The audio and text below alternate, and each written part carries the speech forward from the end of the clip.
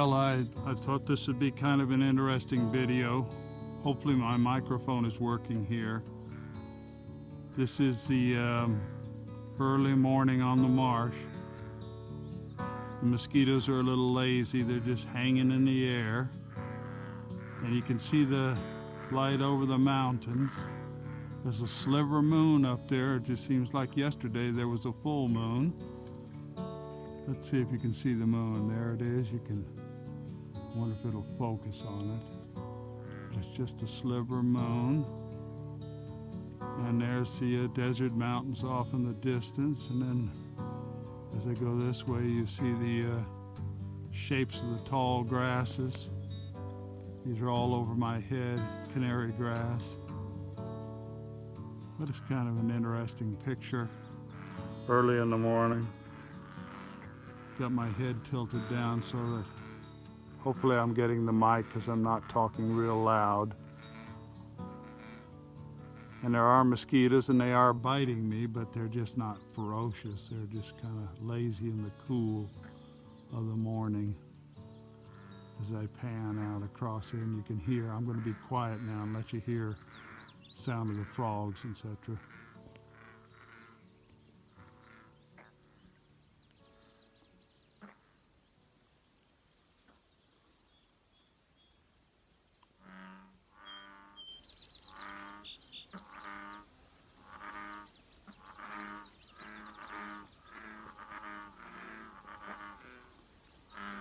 So I'm going to hop in my truck and take off to another spot.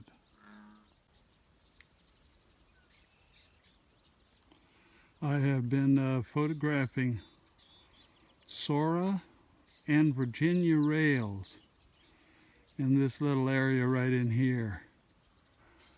And what they do is they weave in and out of these tules. They can walk through this thick. Here's one right here. Maybe you can see it in the video, kind of slinking through.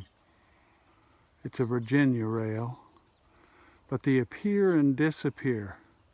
And because there's light and shade, you have to keep constantly adjusting your exposure on the camera.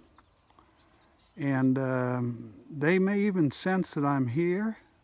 Like there's a Sora rail way out there walking. It's gonna, no, that's a Virginia rail, and that one's walking across the water. And then they're so secure in their ability to travel through this dense tule. Now he went in and a Sora rail just stuck its head out. And the Sora rail has the short sort of passerine style beak. And the Virginia rail has a long beak and is sleeker looking. The Sora rail is stubbier. There's both of them along there. But they're all in through here. And like I say, I may only have a few good photographs out of many I took because of all the challenging exposure and weaving in and out of the shadows that they do. But nonetheless, it's pretty interesting nature.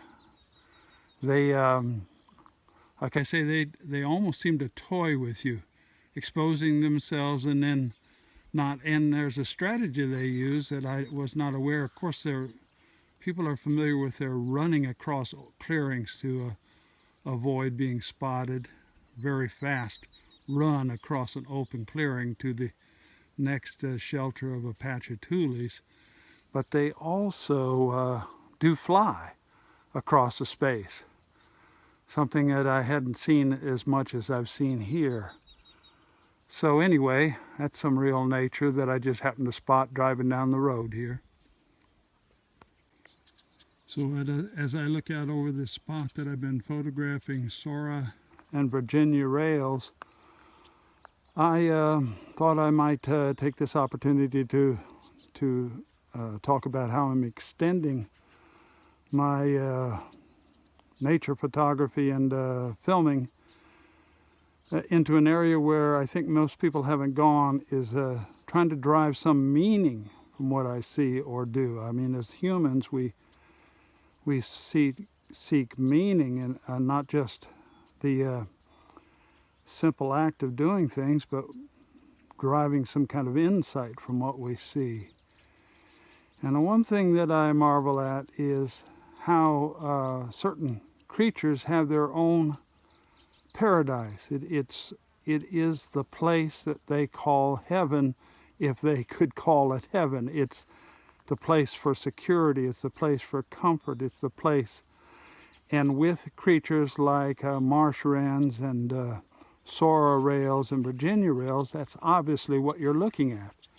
They can pop in and out of these 1,000 doors, millions of doors of entry into their little secure world, and it's what they are practically.